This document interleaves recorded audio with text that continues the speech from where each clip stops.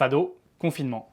Bonjour et bienvenue dans la série Fado en casa, Fado à la maison. Durant 3 épisodes, je vous parle des liens entre le fado et le confinement. Pour clôturer cette série, on va faire dans l'émotion. Ah, la saudade. Ce mélange de nostalgie, de mélancolie et de joie si cher au fado.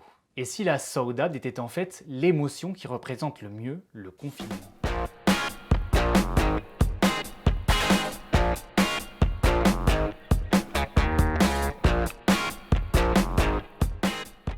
Pour essayer de répondre à cette interrogation, j'ai discuté avec Agnès Pellerin, auteure du livre Le Fado aux éditions Chandaigne. Étymologiquement, le mot fado, dérivé du latin fatum, représente le destin ou le sentiment de fatalité.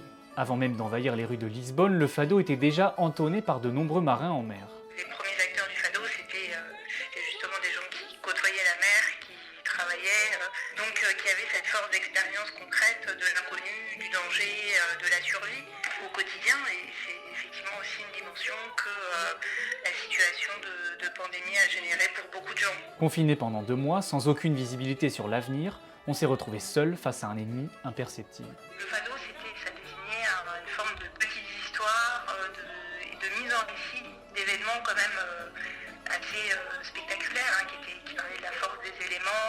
Là, on est dans un événement où on est au contraire confronté à l'invisible, au minuscule. Donc c'est assez différent.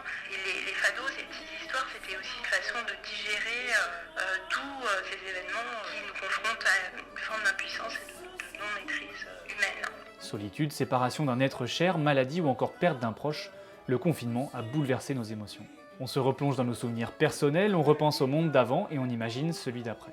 Un ressenti individuel qui vient créer une atmosphère collective quand les gens se retrouvent sur leur balcon ou à leur fenêtre. La saudade, c'est finalement une forme de nostalgie, de parler de l'absence, du manque. C'est pour ça que, quelque part, l'expérience des balcons, c'est aussi des moments où on éprouve la distance et le manque, plus qu'un moment où finalement on va compenser quelque chose qui serait de l'ordre de l'éloignement et de la distanciation. D'ailleurs, le fado a un lien particulier avec la notion de confinement et d'enfermement. Un lien historique important, c'est que le fado a été aussi beaucoup chanté, a été un facteur de sociabilité dans les prisons.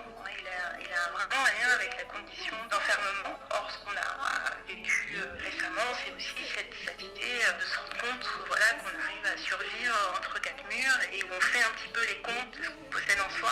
Comme le disait le célèbre écrivain Fernando Pessoa, le fado n'est ni gai ni triste. Cette saudade n'est pas un sentiment de tristesse, mais plutôt de créativité. C'est un moment de réflexion sur soi-même, de découverte de ses richesses intérieures.